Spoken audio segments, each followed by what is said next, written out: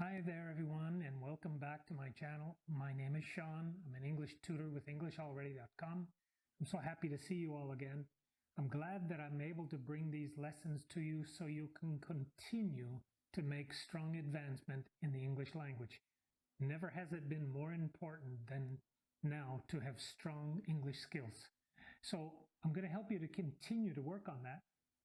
But just remember, if you are benefiting from these lessons, please give me a thumbs up and subscribe to my channel. So let's get started right away with today's lesson.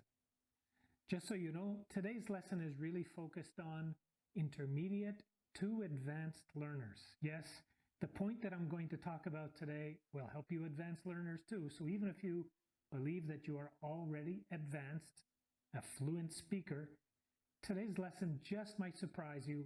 Maybe you are making this mistake. And if you are, you're going to get some help today. Today we're going to talk about embedded questions. That's right, embedded questions. Are you asking yourself right now, what are embedded questions? Embedded questions are questions inside of other questions or statements. You can ask yourself, have you been already asking questions that start with expressions like, can you tell me? Do you know? Do you have any idea? Or do you remember? Or also statements with the introductory phrase, I'm not sure, or I would like to know.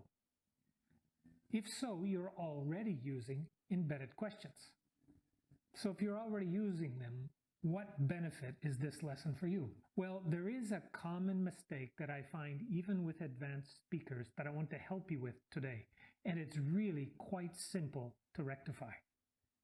Maybe you're asking yourself, well, what's the benefit of embedded questions? Well, we use embedded questions to make questions seem a little softer or even less direct. So they're really quite beneficial. They really help us express ourselves a little bit better. So let's get started on the explanation. We're going to start with embedded questions that are inside of other questions. And if you're not sure what that means, let's take a look. Well, first of all, we start our embedded questions always with what we call an introductory phrase, as I mentioned a few already a few minutes ago. We're going to take this one. Can you tell me? Okay, and we also have standard types of questions, which we normally use every single day. We're going to use this as an example.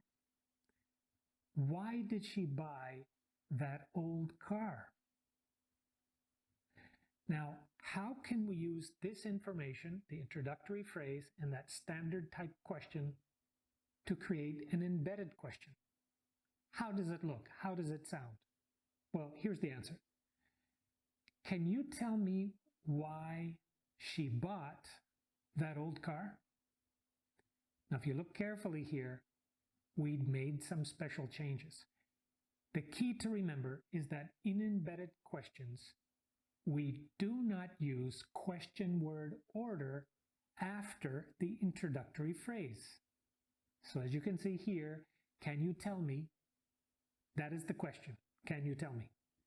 After that, we eliminated the word did. Its only purpose is to ask a question, and we don't want question word order in the section. Okay? So we change did, and we put she bought. Subject first, verb second. That's the common mistake that we might see people make. For example, someone might say, can you tell me why did she buy that old car? And this is not correct. That's what we're trying to fix. That's the mistake we're trying to fix today. But let's look at another example. Maybe it will be just even a little bit clearer for you with that. Here's another. We're going to start this time with the expression, do you know? So that's our introductory phrase, do you know? And the standard question in this case could be, what are we having for dinner? What are we having for dinner? That's the standard question. That's how we would normally ask that question. But how can we couple it together with the introductory phrase and create an embedded question? How would it look? How would it sound? It would be like this.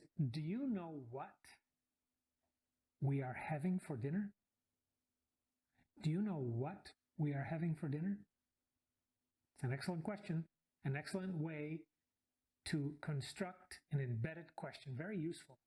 Again, the mistake might be, do you know what are we having for dinner? And this is not correct.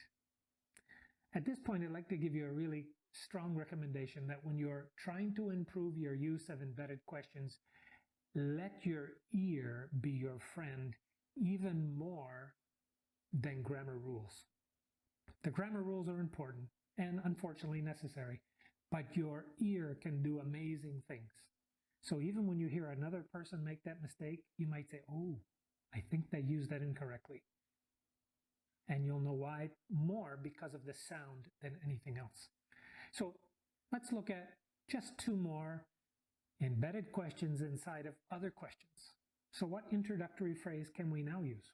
We're going to look at this one. Do you have any idea? Do you have any idea? This is our introductory phrase. Now, what standard question could we use? When is the next conference?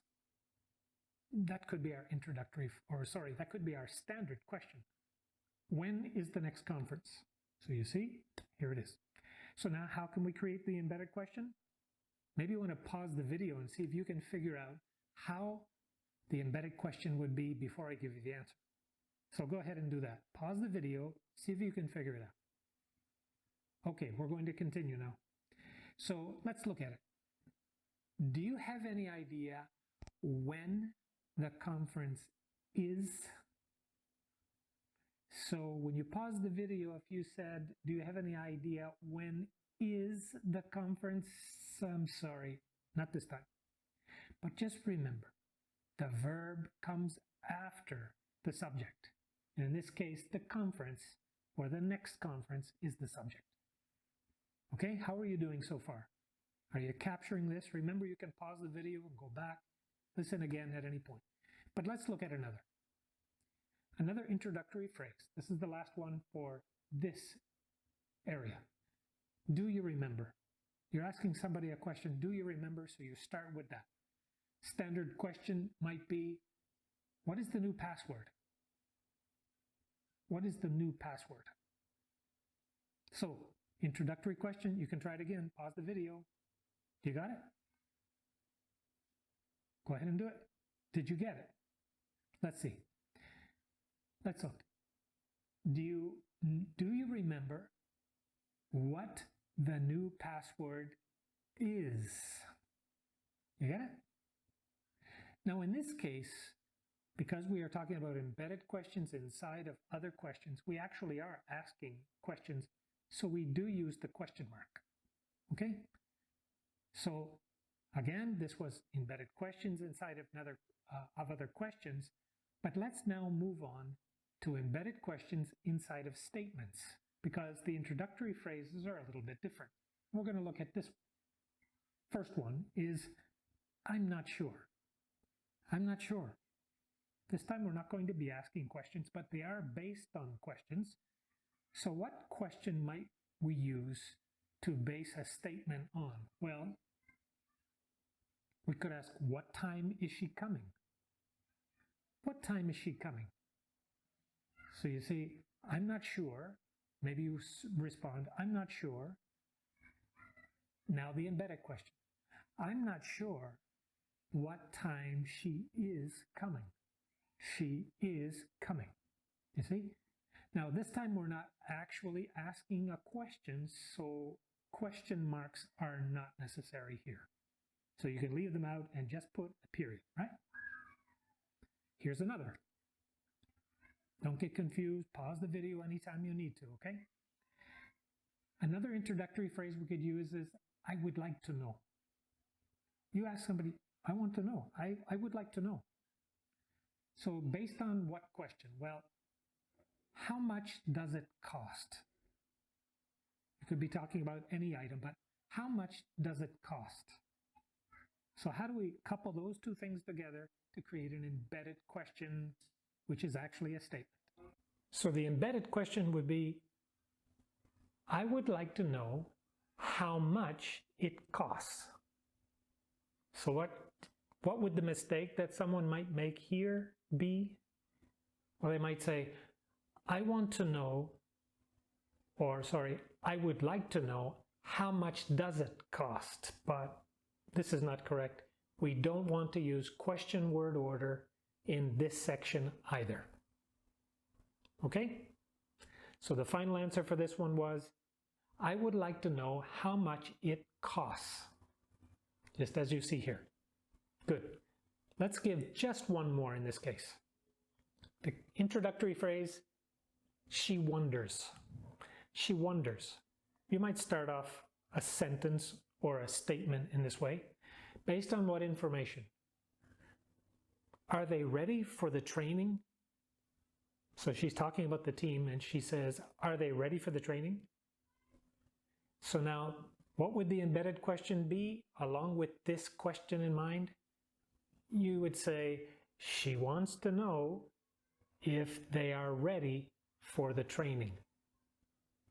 She wants to know if they are ready for the training. So, this was an interesting lesson today, and remember, I do hear plenty of advanced English speakers making this mistake. Trust your ear. I'm going to leave an attachment at the bottom so that you can practice it just a little bit more and be reminded of some of the things that we've talked about today. We need to learn English also by hearing, recognizing patterns that are correct in the language so we can apply them when we speak and when we're communicating with other people. So I really hope you enjoyed today's lesson, and I look forward very much to seeing you all again very soon.